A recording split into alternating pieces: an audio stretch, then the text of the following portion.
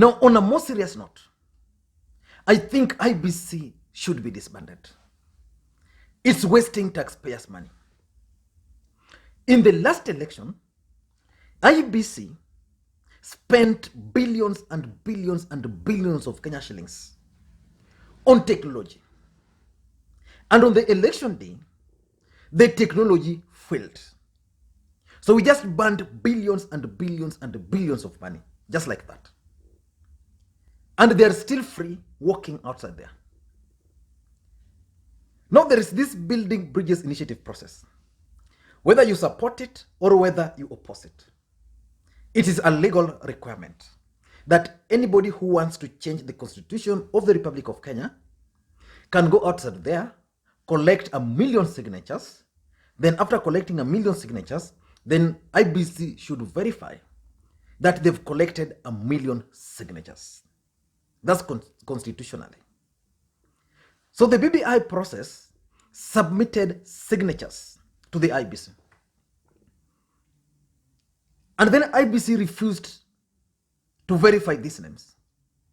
That they didn't have enough money, that they didn't have enough stuff, which is okay. But the question which Kenyans asked then was very simple. Okoa Kenya, they didn't ask more money, they didn't ask more stuff. The Punguza Mzigo initiative, they again never asked any question, any money. So they just told Kenyans that they had verified 1 million signatures. So what's special about the Building Bridges Initiative process to an extent that IEBC could not proceed until they were allocated, I think it was 90 million Kenya shillings. Now that's okay, they've been allocated this money. IEBC is still just wasting Kenyans' money. And President Uhuru Kenyatta and Raila Odinga must now take IEBC head on if they want to salvage the BBI process. Because I want in this video today to demonstrate to you how IEBC is sabotaging this process. Now today, IEBC placed a notice in the dailies. In that notice, IEBC is saying that they've actually verified 1.3 million signatures.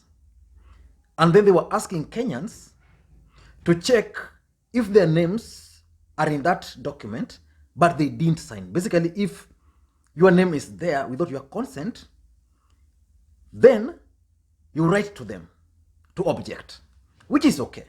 I don't have problems with that. But I have a big problems with the way IEBC is managing this process. Let me just read for you the letter. They are saying interim verified list of BBI supporters.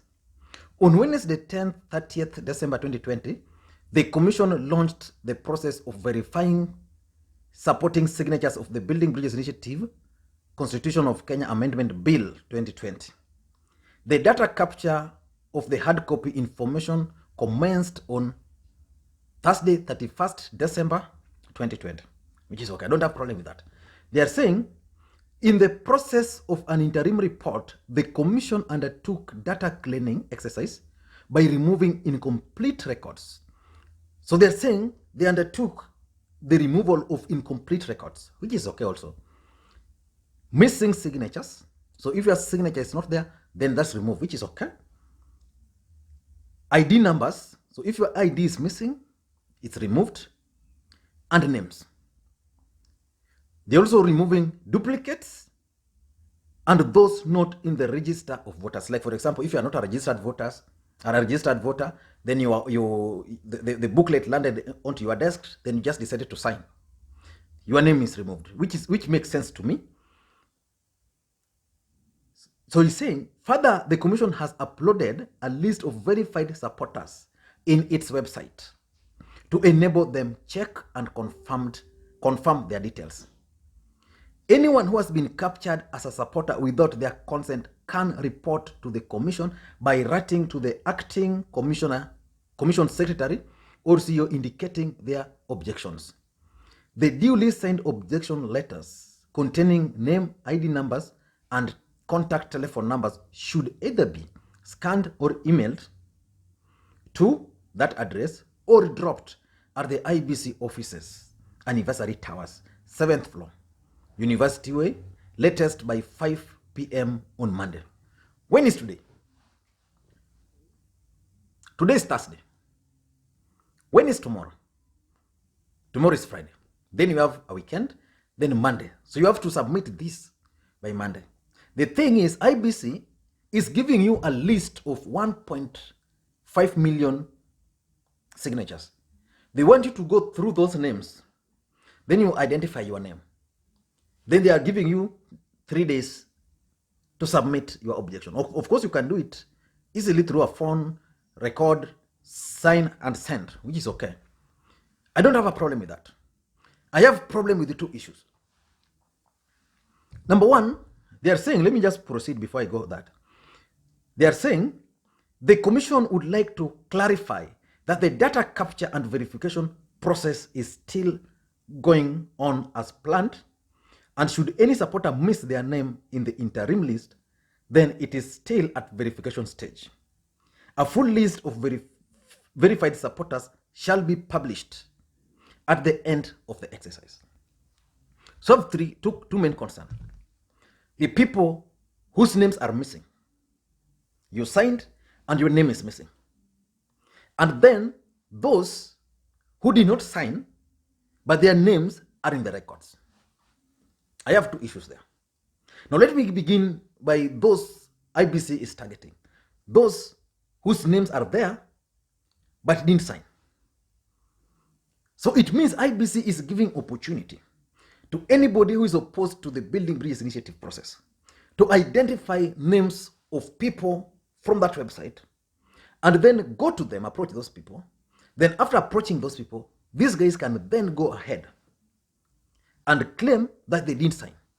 Because the moment you appended your signatures on that list, there was nothing. IEBC didn't have any record to confirm that indeed Lee Makwiny is appending his signature. They didn't have that. So it means if I appended my signature and I want to withdraw my signature, I can easily claim that probably I did not sign. So many people are going to do that. So why is IEBC trying to do that? Now let's get to the second group. Those who appended their signatures, but their names is not on the list.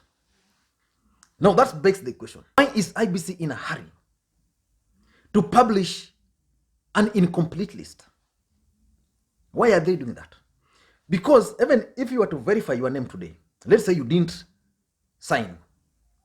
Let's just agree you didn't sign, but your name is not in the current list. So you go and peruse that list, your name is not there. But in the second list, your name is going to be there.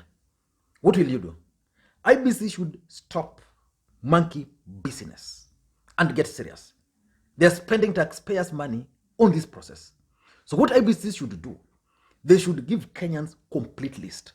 Prepare a complete list. After preparing a complete list, publish it on your website. Then give Kenyans time to check whether their records are there or not. But IEBC is playing these games because already, why are they now changing that if your name is not there, then there's another names which will be coming? They're doing this because Kenyans have gone through that list and the names of Uhuru Kenyatta and Raila Odinga are not there. These are the first people who appended their signatures. So in my considered opinion, in IEBC verification process, Wafula Chebukati as the chair of the commission ought to have verified the name of Raila Odinga, the name of President Uhuru Kenyatta, the name of Kalonzo Musyoka, the name of Isaac Ruto, the name of any other person who appended their signatures on that particular day. That should have been the work of Wafula Chebukati. But what message is Wafula Chebukati trying to pass? What is Wafula Chebukati's main objectives? 4 things are happening here. Number 1, there is a clear sabotage. Wafula Chebukati and his commissioners are out to sabotage the Building Bridges Initiative process. They're sabotaging this process because of one man, Raila Odinga. I am sure they're not doing this because of President Uhuru Kenyatta. Raila Odinga led the IEBC Must Go campaign, and most commissioners went. And up to now, the remaining commissioners have not forgiven Raila Odinga. So when this BBI process started, it was expected that they were going to sabotage. And what are the signs that they are sabotaging? Okoa Kenya, they didn't ask for money. Okoa Kenya, they didn't ask for additional staffs. Okoa Kenya submitted 1.4 million signatures for verification. This other one, BBI submitted 4 point something, I think. Now, forget about that. There is the Punguza Mzigo. Punguza Mzigo submitted their signatures. Up to now, we don't know how many signatures they submitted. We don't know how many were verified. But what we know is that IEBC verified the signatures successfully, and 1 million threshold was met. So these guys are clearly sabotaging the Building Bridges Initiative process. The second thing, which I'm also trying to think about, is that there's a possibility that the intelligence in this country has realized that the BBI process is not very popular. So they've penetrated IEBC. And they're now using IEBC to sabotage the Building Bridges Initiative process. So that we are going to have a delay. So that we are going to have crisis, we are going to have credibility issues. So what will be their objective of doing this? The BBI, according to this strategy, if it's the NIS, the BBI is unpopular. It's likely to fail. So they want to prevent President Uhuru Kenyatta and Raila Odinga from further embarrassment. So what do? Come up with a strategy, verify their signatures, delay it, ultimately saying, no, 1 million signatures was not. Threshold was not met. Then by doing that, it means the process will have to begin again. And by the time it will be beginning, we are in a campaign period. I'm looking at that as a possible scenario, that the NIS are the ones playing the games here. Then ultimately Kenyans will blame the IEBC for failing to verify their signatures, or for being used by people opposed to the BBI to sabotage the process. Yet, it is their strategy to save President Uhuru Kenyatta and Raila Odinga from embarrassment. That's also a possibility. Number 3, which I'm also buying, and someone has actually shared this with me severally, that probably the IEBC is doing what is called delaying tactics. They want to delay the BBI. You know, the BBI has timelines. Then as they delay, some people will be going to court, seeking court orders. So once they verify, someone will go to court, seek court order to stop them from the assembly. At the assembly, there will be that delay. By the time the courts will be through with it, probably time for election shall have come. And Raila Odinga and Uhuru Kenyatta shall have maybe said, okay, let it wait. So that's that. Number 4, the fourth thing I'm suspecting is that IEBC has been infiltrated by William Samoei Ruto, his supporters, and those who are opposed to the Building Bridges Initiative process. So these guys have penetrated the IEBC. So they're now controlling the IEBC. That's why they came up with this strategy. Okay, let us publish this, then ask people outside there to check if their signatures are there. So many people are going to find that their signatures are there, but they didn't sign. Some people are going to find that their names are not in the list, but they signed. Then issues are going to start, people are going to start questioning. But this is backfiring because already the name of Raila Odinga and the name of Uhuru Kenyatta is not there, while these guys actually appended their signatures live. And lastly, I think IEBC is trying to raise credibility issues with the Building Bridges Initiative signatures. If you live in this country, then you should have known that at some point, there were even claims that the 4 million signatures which were collected, or were they 5, were actually not collected. That the deep state simply went into IEBC database, blah, blah, or maybe the chief collected them, forced people to sign. I don't know whether in this country you can force anybody with this, in modern era, you can force anybody to sign. I don't think. But now they want to raise those credibility issues. So in my view, if IEBC is playing these games, then President Uhuru Kenyatta must accept the responsibility of being the president of the Republic of Kenya and deal with the IEBC. Raila Odinga also must take this opportunity and deal with the IEBC. IEBC should not be allowed to play games. They are spending taxpayers' money.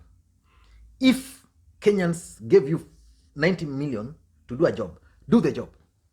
Simple. There is no shortcut about that. Let me hear your thoughts.